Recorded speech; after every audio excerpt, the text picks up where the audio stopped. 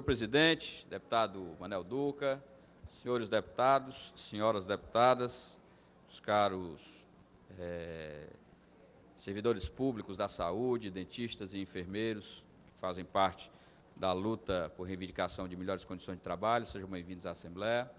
Quero aqui hoje, senhor presidente, demais colegas parlamentares, comentar sobre viagem que realizei na semana próxima passada, integrando uma comitiva cearense que foi até a Rússia, mais precisamente nas cidades de São Petersburgo e de Moscou, participarmos de uma incursão para promovermos a prospecção de novos negócios para o estado do Ceará, notadamente na área da construção naval. Senhores e senhoras deputados e deputadas, sabem que já há muitos luto aqui, defendendo a bandeira do município de Camusim, tendo em vista o estudo técnico de viabilidade para a construção de um estaleiro no nosso estado do Ceará. Diga-se de passagem, o estaleiro aqui em Fortaleza,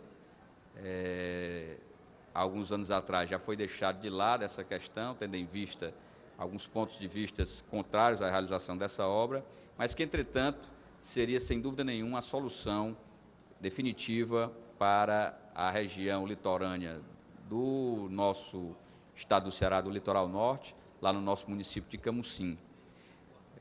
A Transpetro, que hoje se notabiliza em todo o mundo por ser uma das empresas de maior eficiência na área de transporte de derivados de petróleo a nível internacional, a nível mundial, tem reerguido e tendo feito também refundar a indústria da construção naval no nosso país.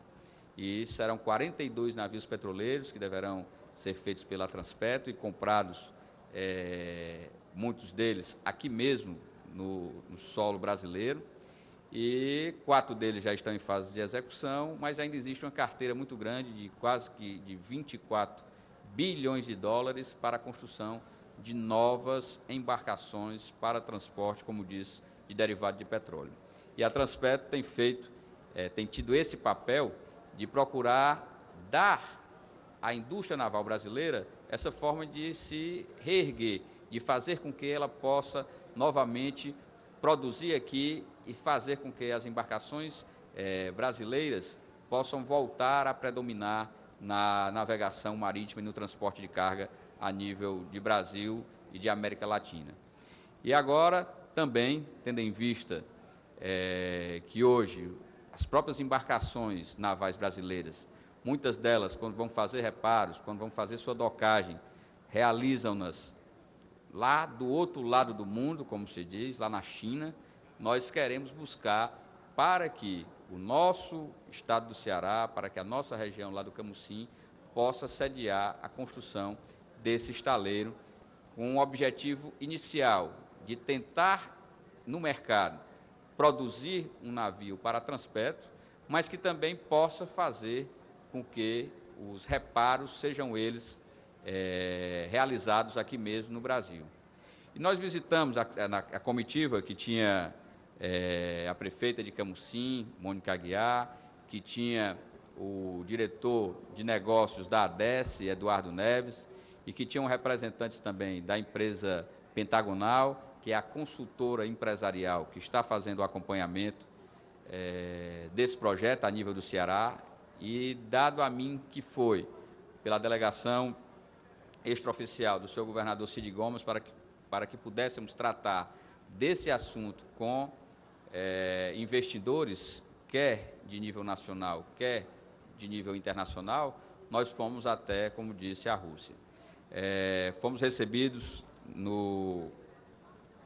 na Joint Stock Corporation, Shipil Building e Shipil Prepare Technology Center. Essa é uma empresa que tem a base da tecnologia e que se irá associar-se a esse projeto de viabilizar, primeiro de tudo, a parte técnica do projeto, de conhecer de perto a área que está sendo preparada por parte do governo do estado do Ceará para que seja desapropriada, assim como também dos estudos da batimetria, para ver a profundidade tanto do canal de atracação, como principalmente da área de manobras ao longo do rio Coreaú, já quando se encontra com o Oceano Atlântico, lá em frente a Camusim, para que possa daí gerar a oportunidade de que com esse estaleiro, cerca de 2.000 empregos diretos e mais de 5.000 empregos indiretos possam contribuir para o desenvolvimento da região norte do estado do Ceará.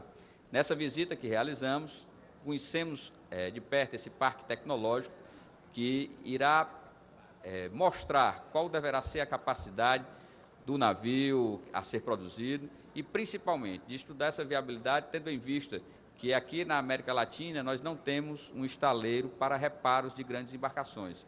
Isso é, sem dúvida nenhuma, uma nova oportunidade de mercado para aqueles que fazem a navegação a nível mundial e que nós poderemos, aqui no nosso estado do Ceará, lá no nosso Camusim, conseguirmos a construção desse estaleiro.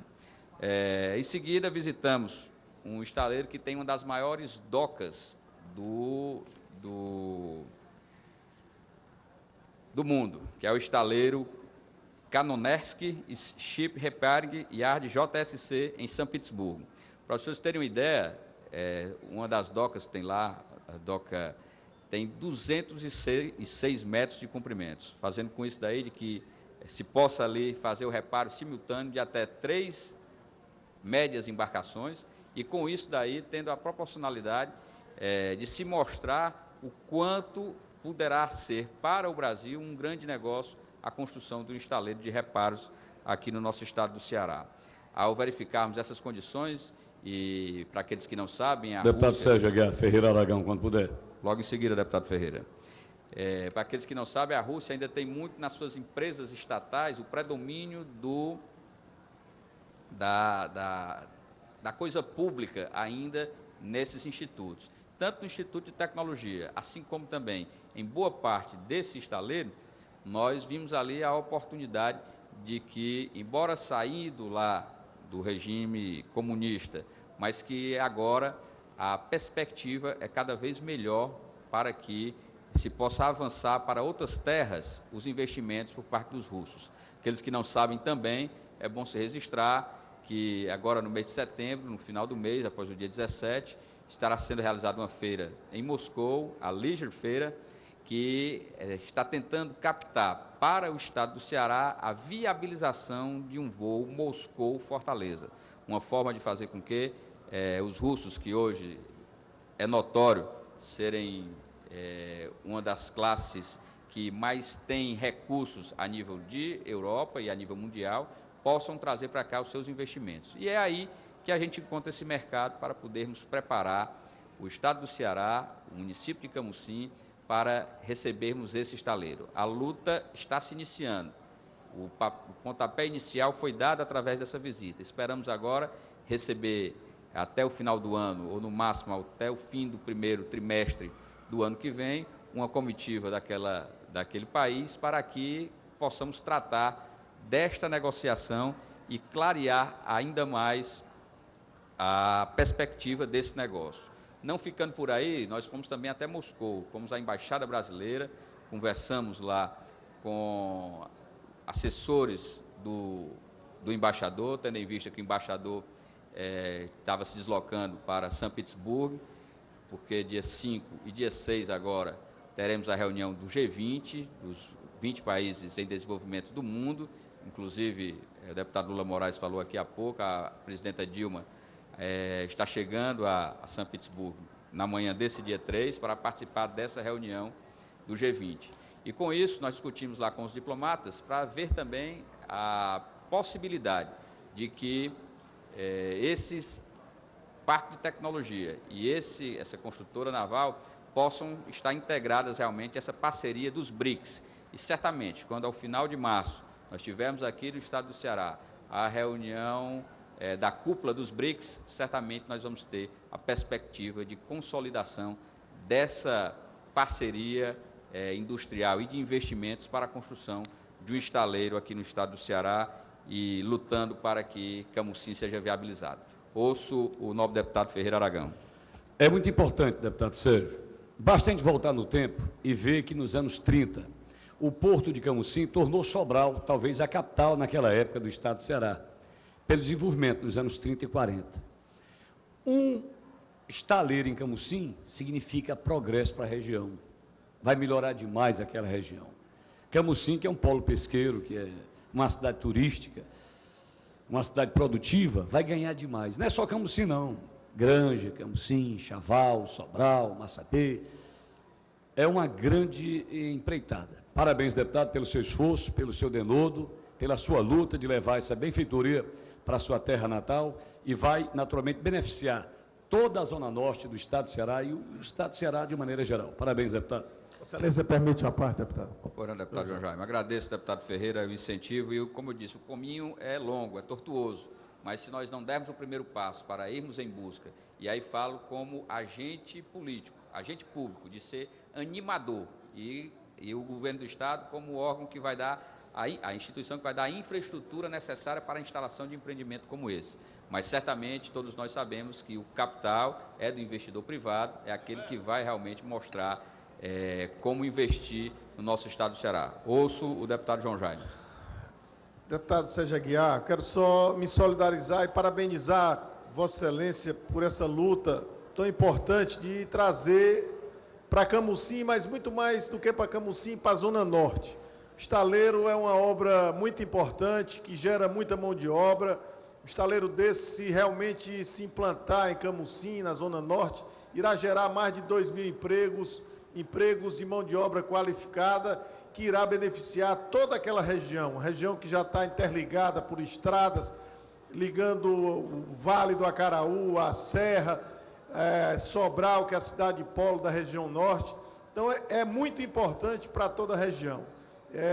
Fico aqui na torcida para que dê certo e o que depender de mim para ajudar, me somar à luta de Vossa Excelência e do Estado do Ceará, do governo do Estado, para trazer esse empreendimento tão importante, pode contar conosco, porque sei da importância do que é uma indústria naval, porque a indústria naval é uma indústria de mão de obra especializada, não é aquela indústria que traz mão de obra que paga um salário mínimo. O salário médio da indústria naval é da ordem de R$4.000.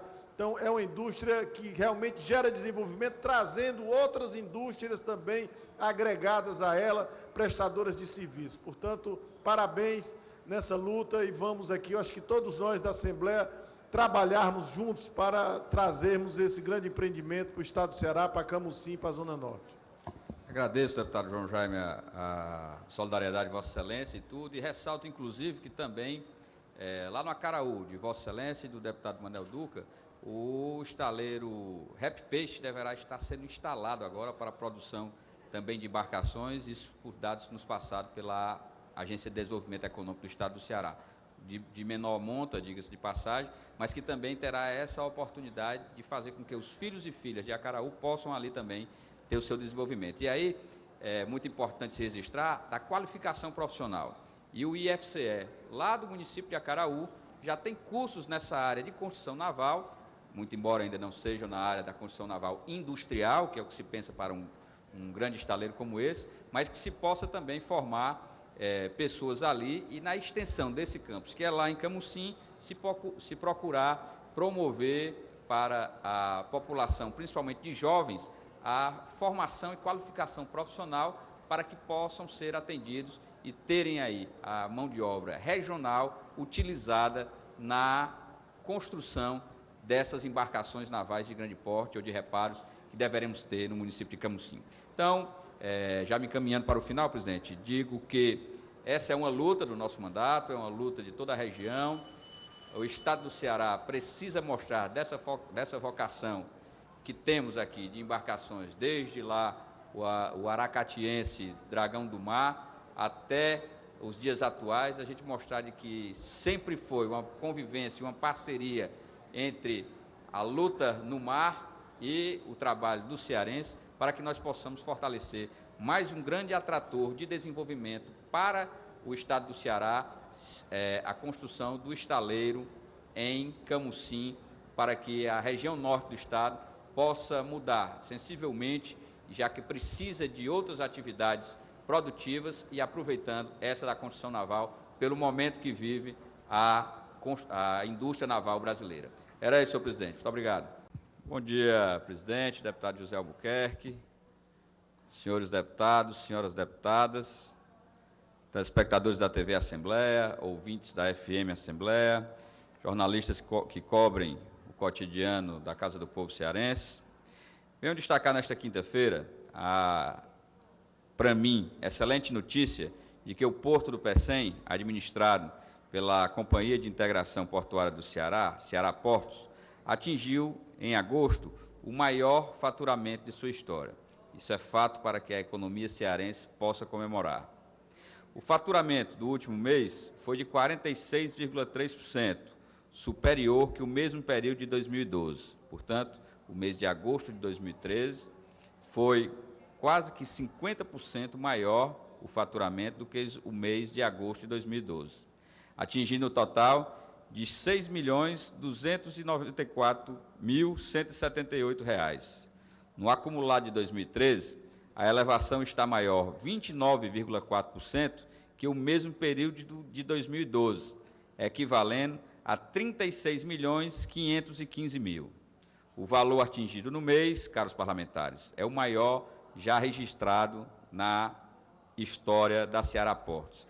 E aí, como meu amigo Duquinha, que é um dos grandes telespectadores do Bom Dia Brasil, que sempre discutimos temas que ali passam, hoje você viu, né, Duquinha, que a balança comercial do Brasil teve um dos seus piores indicadores no último mês de agosto, devido a um grande número de contratos feitos anteriormente, que se venciam no mês de agosto de 2013 e que tinham a sua cotação em dólar, e em virtude da alta do dólar e da desvalorização do real, foram feitos pagamentos desses contratos para que as empresas brasileiras não ficassem com suas dívidas indexadas ao dólar, o que poderia gerar, nesse momento, um maior prejuízo para a economia nacional. De janeiro a julho deste ano, a movimentação no Porto do Pecém foi de 2.677.000 toneladas.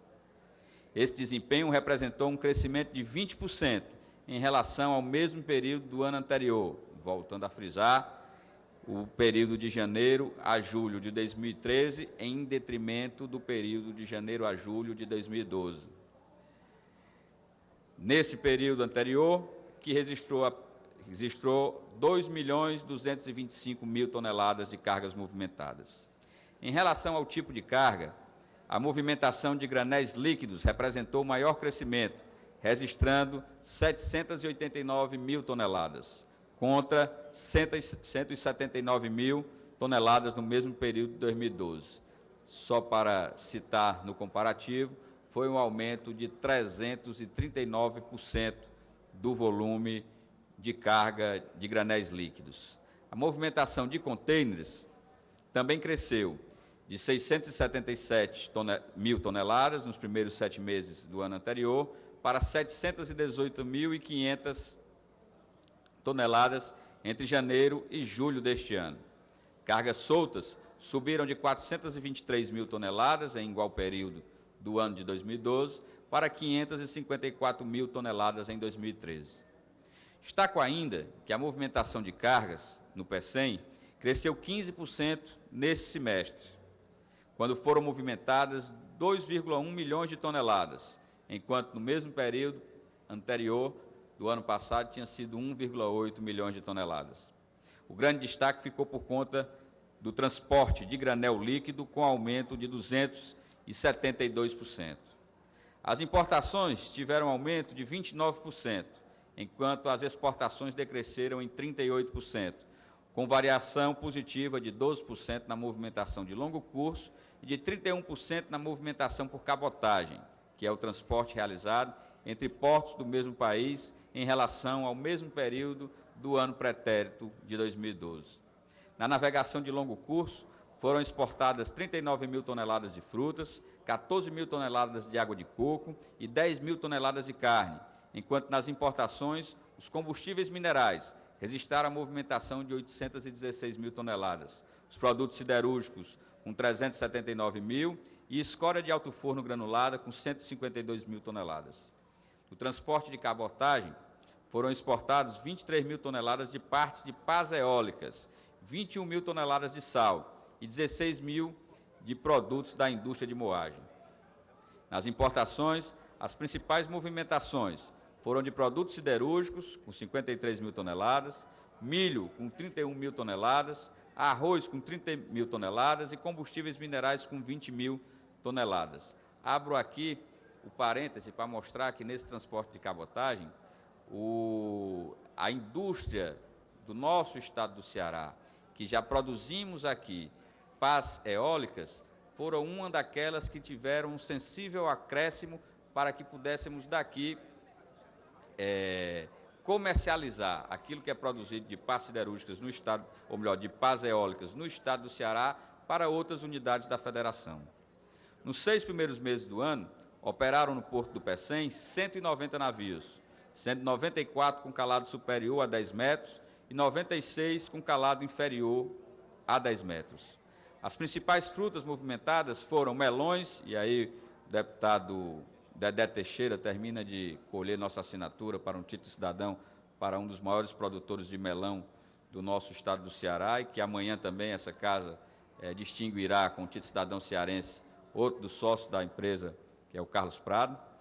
De castanha de caju, com 7 mil toneladas, diga-se de passagem, castanha de caju ainda da safra passada.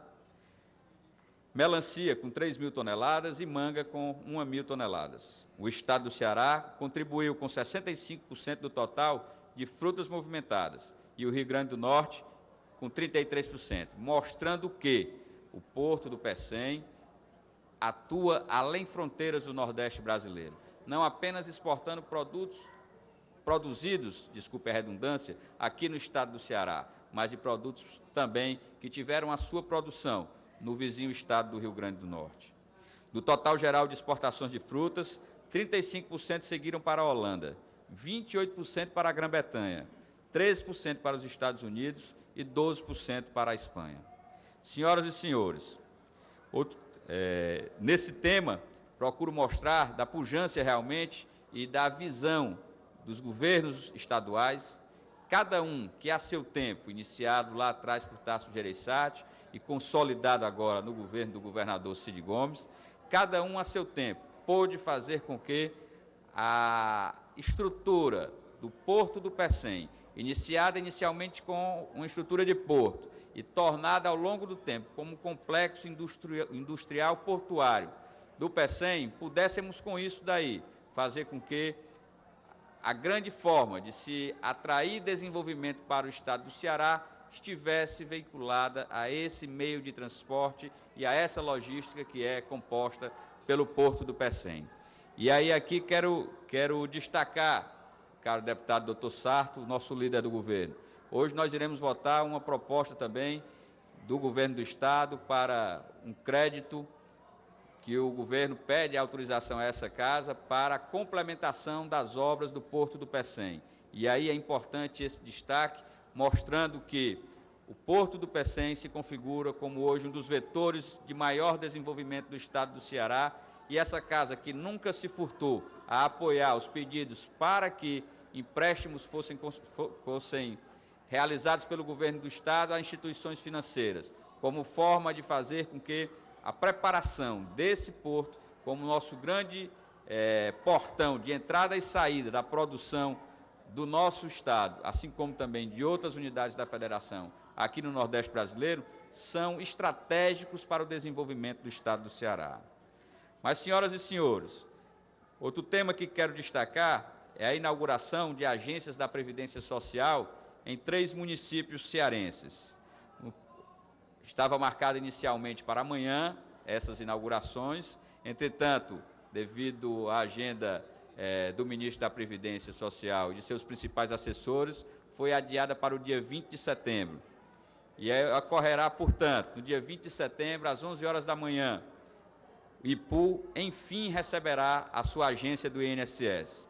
O equipamento federal estava pronto há mais de um ano e, junto a lideranças políticas da cidade, procuramos viabilizar o funcionamento da agência, tendo em vista o papel fundamental que o deputado federal Domingos Neto fez para que pudéssemos tirar realmente do marasmo em que se encontrava ali o prédio, sem prestar o devido serviço à comunidade, quer de aposentados, quer de pensionistas, quer de trabalhadores que precisam ir até a agência do INSS, que precisavam se deslocar para outros municípios sem receber a devida assistência no município do Ipu. E aí registro aí a luta de lideranças como Sávio Pontes, como Toinha Carlos, como Zezé Carlos, como vereadora Efigênia e tantos outros que lutaram para que essa agência pudesse sair do papel e que há mais de um ano encontrava-se para ser inaugurada e que agora tem a sua inauguração prevista para o próximo dia 20.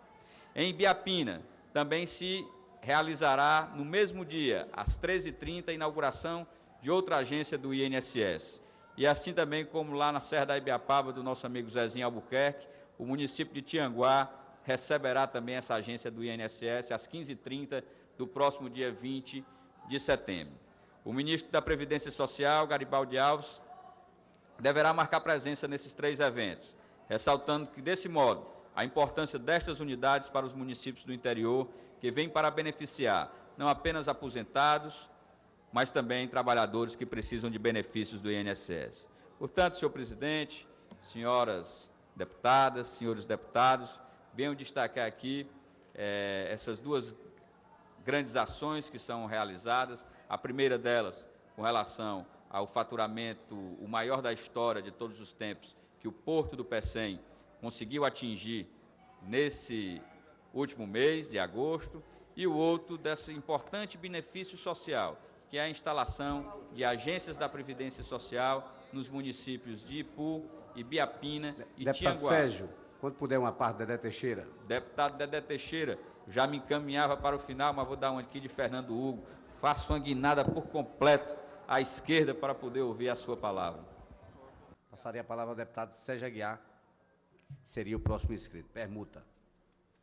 Deputado Sérgio, 3 minutos. Agradeço muito o gesto de grandeza do deputado Carlos Mano Marques, só porque quero aqui me solidarizar com a família que está enlutada no município de Camusim, que é a família do senhor João Faustino, cantador de viola, que tinha um programa na Rádio União de Camusim há mais de uma década e que faleceu hoje, vítima de infarto, lá no município de Camusim, e queria aqui apresentar minha solidariedade à família do violeiro, do cantador de viola, do trovador, do nosso querido senhor João Faustino, que hoje pela manhã veio a falecer.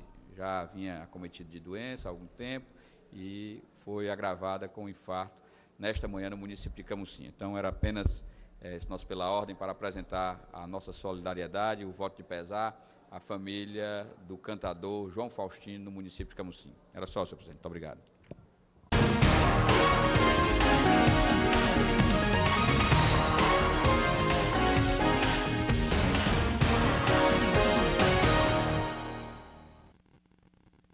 E o nobre deputado Sérgio Aguiar está inscrito como último orador do Pela Ordem, que eu passo imediatamente a palavra. Torço que se repita que os últimos serão os primeiros. Meu caro deputado Dedé Teixeira, presidente desta sessão, senhores deputados e senhoras deputadas, venho aqui hoje, nesse nosso Pela Ordem, registrar que no município de Camusim, ao longo dessa última semana, desde segunda-feira próxima passada, vem sendo realizadas atividades alusivas à comemoração da Semana da Pátria. A prefeita Mônica Aguiar, o vice-prefeito José Olavo, a secretária de Educação Elizabeth Magalhães, além de representações tanto da Polícia Militar, como do Tiro de Guerra, como também da Guarda Civil Municipal e as escolas municipais, fundamentalmente, e as escolas estaduais, estão realizando em todo o município e a cada dia desta semana alusão às festividades com relação à Semana da Pátria. Estive na última quarta-feira, lá no distrito de Amarelas, onde presenciamos cerca de 6 escolas da região desfilando no centro do distrito, e agora à tarde nós estaremos deslocando para o distrito do Guriú, onde também aproximadamente mais de 10 escolas estarão participando efetivamente desse desfile da pátria no distrito do Guriú, mais precisamente na localidade de Pedra Branca. E amanhã deverá ocorrer, durante toda a manhã, em Camusim, a movimentação do desfile, com cerca de 2.000 participantes desfilando pelas ruas do centro da cidade, mostrando a sua homenagem aos símbolos da pátria, assim como também fazendo a referência ao Dia da Independência, que é comemorado amanhã, dia 7 de setembro.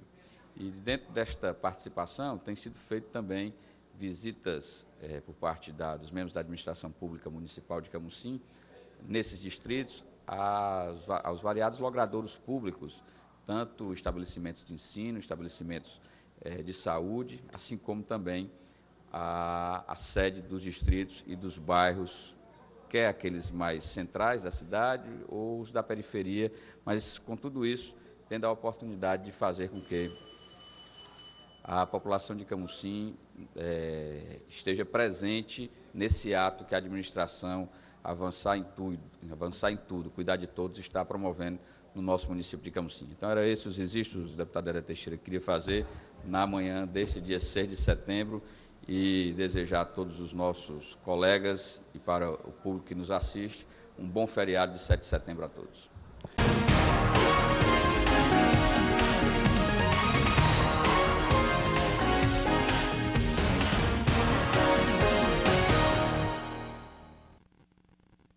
Agradeço, presidente, a deferência. O deputado Ronaldo estava aqui. O falecimento do seu pai foi no último domingo, mas ele teve que se ausentar nesse momento. Mas queríamos deixar aqui os nossos votos de condolências à família do deputado Ronaldo Martins pelo falecimento do seu pai, sargento Alfredo Martins.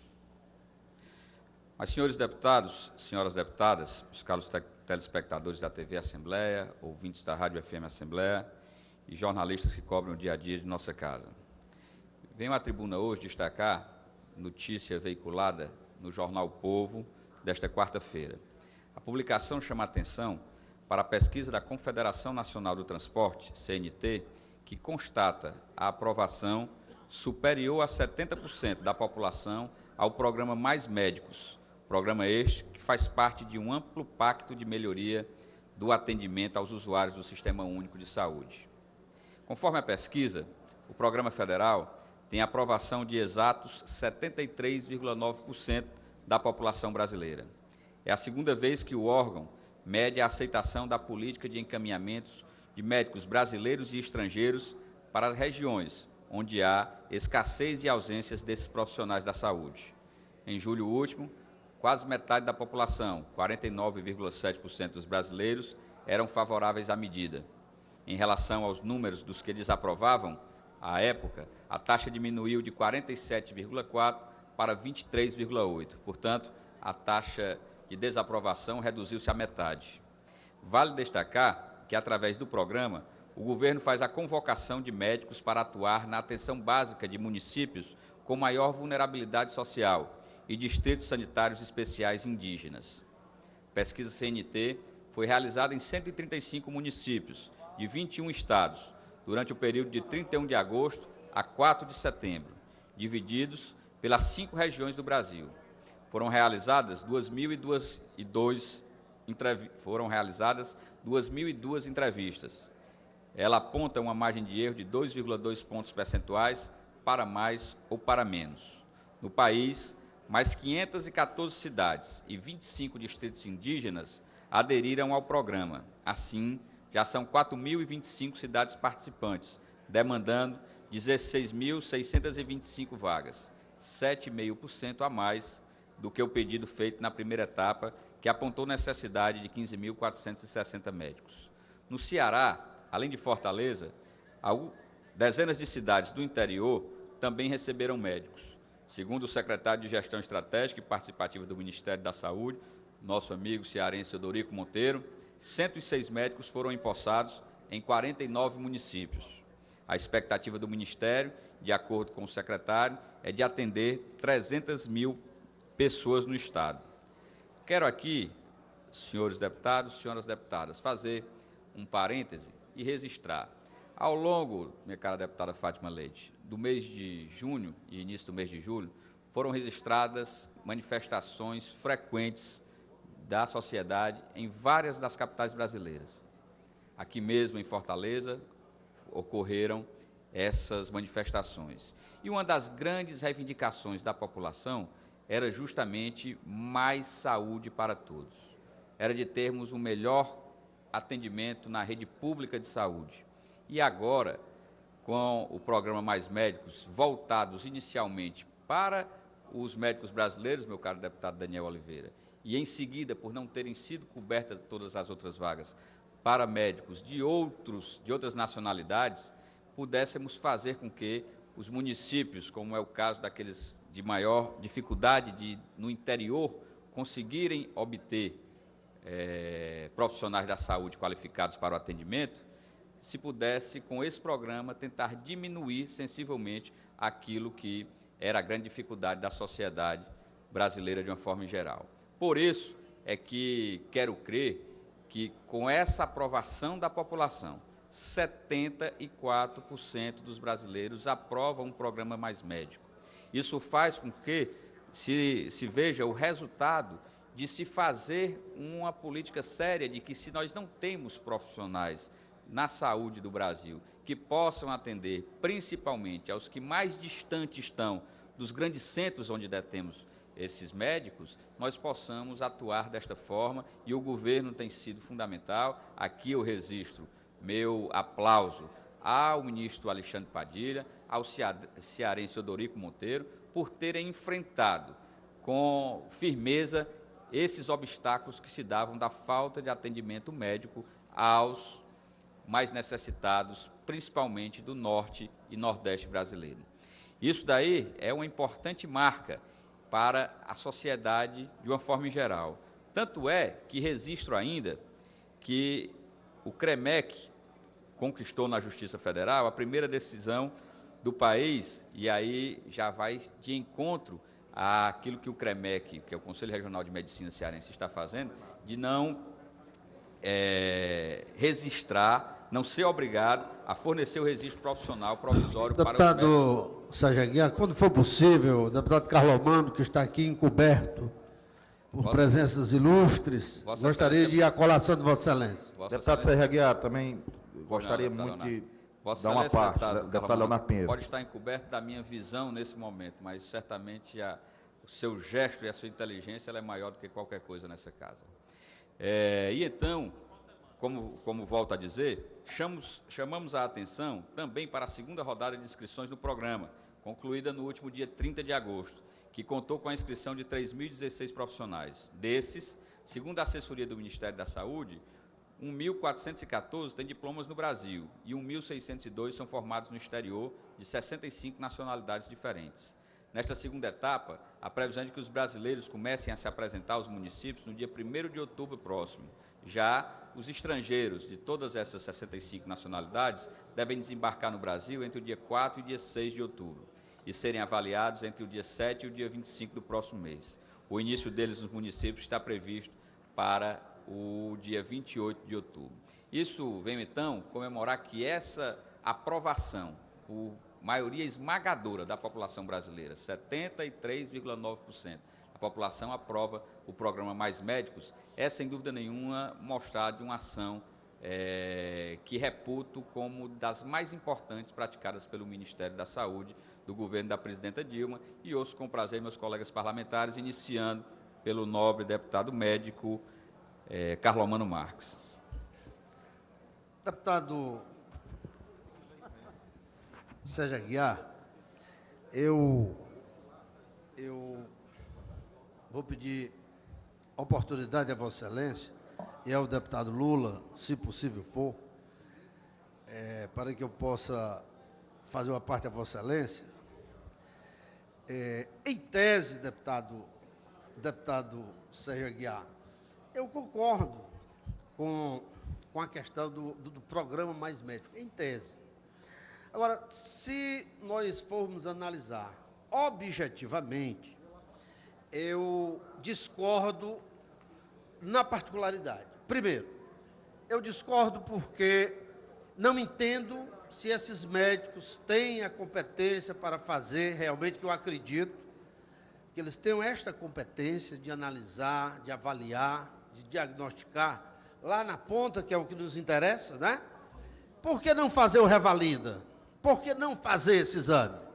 Vencida essa primeira objeção, eu daria como sugestão, como já dei, deputado Mauro Filho, em vários momentos, até porque sou médico, embora de conhecimento mediano, mas um médico que conheça a semiologia, com o estetoscópio, só com o estetoscópio, ele é capaz de determinar uma gama de patologias primárias que, se não diagnosticadas, vêm para a complexidade, vêm para a alta complexidade. Por exemplo, será que esses médicos, com o estetoscópio, eles são capazes de diagnosticar uma pneumonia na ausculta, ou uma tuberculose pulmonar, ou um sinal de hanseníase, ou uma gastroenterite, ou um fecaloma? Quer dizer, são coisas da base. Eu dei a sugestão, eu não sou exatamente, de maneira, Deus me livre, de fazer qualquer tipo de sentimento contrário ao cidadão e ao médico que está vindo aqui para o Brasil. Agora, em algumas oportunidades, eu tenho tido, talvez tenha tido a infelicidade, de encontrar alguns casos absurdos, diagnosticados, inclusive do Crateus, eu vou citar até o lugar, onde o diagnóstico de um fecaloma foi confundido com o diagnóstico de um tumor de reto, né? Então, quem confunde um fecaloma com um tumor de reto está longe de conhecer semiologia. Eu não estou dizendo que essa exceção possa ser a regra, mas e Vossa Excelência me perdoe, que eu acho que é importante essa parte, o exame clínico ele é constituído da anamnese e do exame físico. A anamnese, o médico tem que compreender o que é que o paciente está dizendo, e o paciente tem que compreender o que o médico está dizendo, porque é a HDA, que é a história da doença atual, HDP, que é a história da doença pregressa, e a queixa principal. Se não houver capacidade do médico em dizer, em ouvir, e do paciente em dizer, essa consulta fatalmente estará prejudicada. É esse o pequeno reparo que eu faço ao brilhante pronunciamento de Vossa Excelência. De maneira alguma, meu caro deputado Carlos Romano Marques, vou me contrapor ao estudioso trabalho acadêmico e de experiência profissional que Vossa Excelência tem para aqui expor aos demais colegas parlamentares para a sociedade cearense.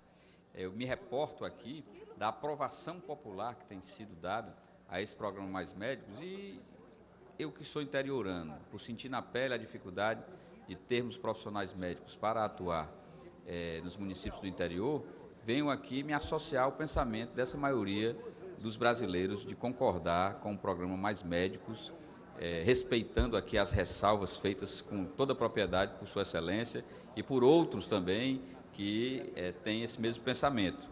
Eu quero ouvir agora o nobre deputado Leonardo Pinheiro, nosso presidente da comissão. Deputado, professor Pinheiro, se possível, uma parte. Deputado Sérgio Aguiar, eu gostaria também aqui de externar minha opinião em relação ao programa Mais Médicos do governo federal, e também, como Vossa Excelência, eu acho que é um programa extremamente bem-vindo. Eu que sou médico no interior do Estado também, nós sentimos a dificuldade que tem a maioria dos prefeitos do interior de levar médicos para os seus municípios, e como a população é prejudicada pela falta de atendimento médico no interior do Estado. É um programa extremamente louvável, extremamente importante e bem-vindo. Entretanto, assim como o colega Carlos Romano Marques, eu também faço esse questionamento para que esses médicos provassem que têm realmente preparo, que têm condições de atender de forma com qualidade, de forma adequada a nossa população, que eles fizessem essa prova, esse exame, para provar realmente que tem esse preparo necessário, tem essa condição de atender com dignidade, com preparo as famílias no interior do nosso Estado, principalmente nos locais onde tem a maior dificuldade de encontrar esses profissionais médicos. Mas queria parabenizar pelo vosso pronunciamento. Realmente é muito importante que a população aprova, claro, a população quer médicos, mas nós fazemos somente essa ressalva e que esses médicos provem que realmente têm a condição necessária para atender de forma adequada e com dignidade a população do interior do nosso Estado. Deputado Manuel Duca, mais alguns minutos aqui para que eu possa... Deputado, a mesa concedeu mais 3 minutos, Vossa Excelência. Agradeço. Incorporo, deputado Leonardo Pinheiro, a parte de Vossa Excelência ao nosso pronunciamento e também quero dizer e noticiar que não sou contra o Revalida. Sou, sim, também a favor do Revalida, mas é claro que objetivamente chegar ao José, o João e a Maria, ao Zé Pitoco, como diz o Fernando Hugo aqui, o atendimento médico que outrora não existia, é por demais salutar e imprescindível para a melhoria da saúde pública no Brasil. Eu ouço agora o nobre deputado professor Pinheiro, que redebuta nesse parlamento. Nobre deputado Sérgio Aguiar, fico muito grato pela sua cedeu à parte. Como Vossa Excelência, também sou do interior, sou lá de Jaguaribe e me acostumei a ser atendido por um médico generalista. E esse médico generalista, ele era fundamental para garantir um encaminhamento correto para outras patologias. E creio que a vinda de médicos e a população aprovando esse programa, que era a grande questão, que levantava alguns setores que a população era contra o programa. Mostra ao contrário, é favorável ao programa. E creio que é importante que vá sendo aperfeiçoado. Mas nós temos clareza da importância de fortalecermos os médicos generalistas. E, infelizmente, nos nossos cursos de medicina, isto é cada vez mais distante, porque o garoto entra na faculdade e já está pensando na especialidade, certo? E muitas vezes não faz uma formação sólida como médico generalista. Então, é necessário que a gente repense os cursos de medicina e é fundamental que fortaleça a vinda de médicos generalistas. Obrigado, professor Pinheiro. Incorporo também, com o mesmo grau de intensidade e vibração a parte de Vossa Excelência ao nosso pronunciamento, mostrando justamente a possibilidade de se fazer com que esse programa tenha cada vez mais características de procurar ir ao encontro daquilo que a população, notadamente a interiorana, aquela que tem o generalista como o médico a lhe prestar assistência de uma forma mais direta, possa fazê-lo. Deputado Manuel Duca, eu vou pedir sua consideração para poder ouvir aqui o nosso líder do PSB, deputado Hélio Landim. Você der mais 1 minuto, Vossa Excelência. Para que ele possa concluir o meu pronunciamento com o seu à parte, que já sei que é dos mais brilhantes. Deputado Sérgio Aguiar, eu quero agradecer primeiro a sua condescendência aí de me escutar, mas eu vim escutando a vossa fala. Eu vou na linha do deputado Carlomano Marques e do deputado Pinheiro. O deputado Leonardo Pinheiro. Eu